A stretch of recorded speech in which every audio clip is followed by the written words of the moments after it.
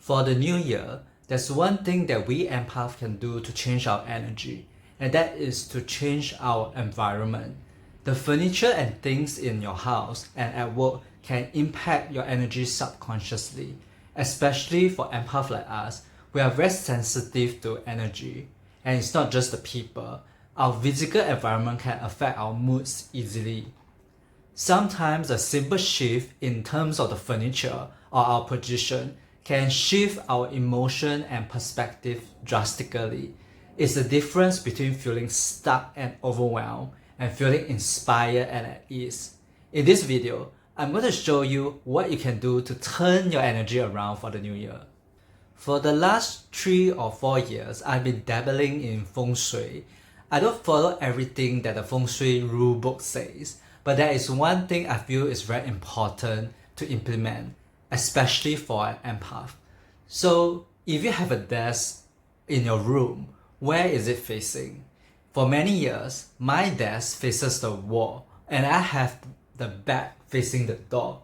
This is typical layout that most people will do to conserve the space. We often flush the desk to the wall or the window so that we can have more space to move about. However, I used to get started very often. People will come into my room and start talking to me when I focus on my work. Because my back is facing the door, I didn't know when people came into the room. In feng shui, the door is where the qi and energy flows in. You want to be facing the energy coming in. Although you don't want to face directly in front of the door because that would be too confrontational. But you want to be at least position yourself so that you can see the flow of the energy. This is better than having the energy or the people creeping up to you from behind. So what you want to do is to place your desk so that you can see whoever that comes in. And you want a solid wall behind you so that you feel safe and powerful. In feng shui, this is called the power position, where with the wall behind, subconsciously you will feel safe and supported. Your brain knows that nobody is coming from behind to attack you. This is the normal survival instinct that we have. When you have your back facing the door, you may find it more difficult to focus on your work or whatever you're doing because a part of your attention is focusing on the people or the danger that may be coming from behind. You will always be on high alert, and this can be very stressful, especially for an empath or a highly sensitive person. And all of this is subconscious. You may not be aware of it consciously until you make the change and shift your desk. Same theory here. When I'm recording these YouTube videos, I chose a blank wall so that people don't creep up on me from behind when I'm recording these videos. I will not be able to fully focus on delivering my message when I have split energy because I need to focus on 2 things, the delivery and also avoiding threats. Have you watched like the funny videos or like when you have been on video call with someone and other people just enter into the frame from behind? It kind of breaks the flow of energy and communication, or it will break your attention as a viewer because you'll be looking at what the cat or dog or whatever the person behind them is doing, and instead of focusing on their message. And when that happens, the communicator lose their power and their effectiveness in their communication. So last year, I changed my table position from facing the wall to the opposite corner from the door. And my mom came in and she was like, "Whoa, you feel like a boss." That's because when she comes in, I make eye contact with her immediately because I know that somebody is coming in and I can just look at her directly. At any point in time when your position is facing the door, you can see whoever comes in immediately and you can prepare yourself instead of being scared out of the blue from behind. The people coming in can also see your facial expression and know whether is it a good time or not a good time to talk to you or not. The energy felt very different when I shifted the desk. I felt more safe and more powerful. It also changes my perspective and helped me be more creative because there's more space in front of me right now instead of just a blank wall. This also applies to your bedroom or anywhere you sit if possible. You want to be able to see the door or who's coming in when you are lying on your bed, for example. But again, it's not that you should place your bed directly in front of the door, because there is too much energy coming towards you. Then you'll be too confrontational and too aggressive. What you want to do is you want to place it at the opposite corner of the door if possible. So let's say the door is here and this is the room, the door is here. You want to place your bed or the desk at the opposite corner, not directly in front of the door. That is like too much. And of course, you don't want other people to see you while you're sleeping, so you don't want to place your bed just right in front of the door. But I know what you're thinking. There may not be enough space in your room to make such a shift, especially if you're sharing your living space with others. I get it. I share space with my family members, and there is limited space. My bedroom and my working area are in the same space.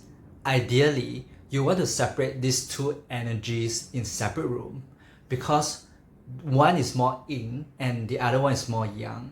The bedroom should be a more relaxing and more feminine energy, while your work area should be more active and more masculine energy. They are like two very different energy. However, if you're like me, with no space, no matter how you shift, you cannot get into this perfect power position. Then what you have to do is you have to compromise. During work, my back is facing the window.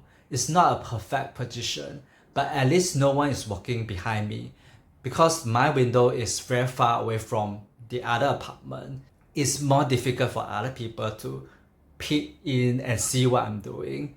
And also sometimes I'll draw the curtain to establish a support behind me. You have to make do with whatever you have. There is another thing that you can do to change your energy for the new year, which is decluttering. You know why we want to do this in the new year? Because almost everyone is doing it automatically whenever the new year comes. As an empath, we are very good at matching other people's energy. And so why not ride this wave for the new year? Previously, I've been urging my family to clean the house, but they will not budge. They feel very unmotivated to declutter or to clean the house. Then towards the end of the year, I realized my mom and my brothers are cleaning their things all of a sudden.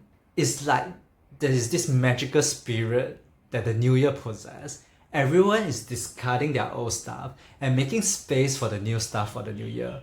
And this wouldn't last very long. It will probably end after January. So you want to tap into this wave and this energy as much as possible. So when I saw my family cleaning out, I went into the decluttering mode too.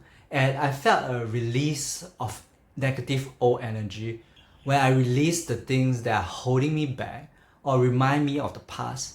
And I felt that it's very liberating. After cleaning some of my stuff, I feel more at ease and more peaceful. Cleaning up your stuff is also cleaning out your head space too. It helps you to be more clear-headed and decisive. A lot of things that we keep, we don't actually want, but we just don't want to make the decision to let go of them. And that creates a backlog of procrastination and indecisiveness. This affects your energy going forward. Subconsciously, especially for an empath, we are very connected to the energy around us, including our possession and objects. Even if we put this thing that we don't want aside, we're still connected with them. We have to make a conscious decision to let them go so that we can free up this head space and emotional space too. And if you're like my family, our stuff get tangled up, like our possessions are in different rooms. What you want to do is you want to gather your possession in one place. Determine what is shared between the family and what is yours. And you can put the shared items in the living room or in the common space or the other room. That's fine. But as much as possible, you want to carve out a space for yourself and your possession. You don't want to let your things scattered all over the house in different rooms. Again, your energy is still tied to this possession, even if they are in different rooms, or even if you have forgotten about them. Your energy feels like it's being scattered. And as an empath, you want to bring your energy in. You want to bring your aura closer to the body.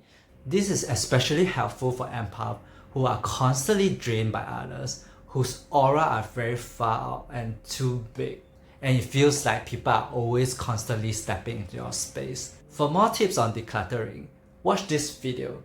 In this video, I share what I've learned from decluttering my dad's possession.